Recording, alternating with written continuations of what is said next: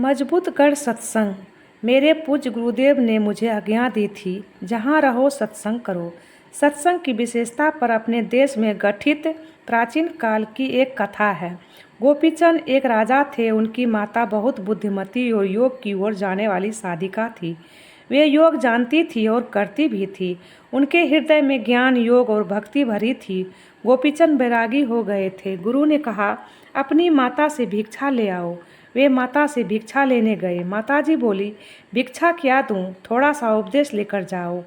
वह यह है, बहुत मजबूत किले गढ़ के अंदर रहो, बहुत स्वादिष्ट भोजन करो और मुलायम सैया पर सोओ। यही भिक्षा है, जाओ। गोपीचंद बोले, आपकी ये बातें मेरे लिए पूर्णतः विरुद्ध है। माताजी बोली, पुत्र, तुमने समझा नहीं। मजबूत गढ़ सत्संग है। इससे दूसरा और कोई मजबूत गढ़ नहीं है। जिस गढ़ में रहकर काम, क्रोधादिक विकार सताते हैं, जिससे मनुष्य मनुष्य नहीं रह जाता और वह पशु एवं निशाचर की तरह हो जाता है, वह गढ़ किस काम का? संतों का संग ही ऐसा गढ़ है जिसमें रहकर विकारों का आक्रमण रोका जाता है और उनका दमन करते करते नाश किया जाता है।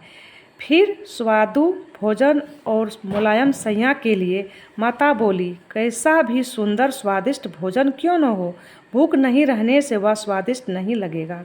इसलिए खूब भूख लगने पर खाओ। मुलायम बिछावन वह है कि जब तुमको खूब नींद आवे, तब तुम कठोर व कोमल जिस किसी भी बिछोने पर सोओगे, वही तुम्हें मुलायम मालूम पड़ेगा। यह शिक्षा सबके धारण करने योग्य है। गुरु महाराज कहते थे, जहाँ रहो सत्संग करो, स्वयं सीखो और जहाँ तक हो सके दूसरों को भी सिखाओ, जिससे उनको भी लाभ हो। श्री सतगुरु महाराज की जय।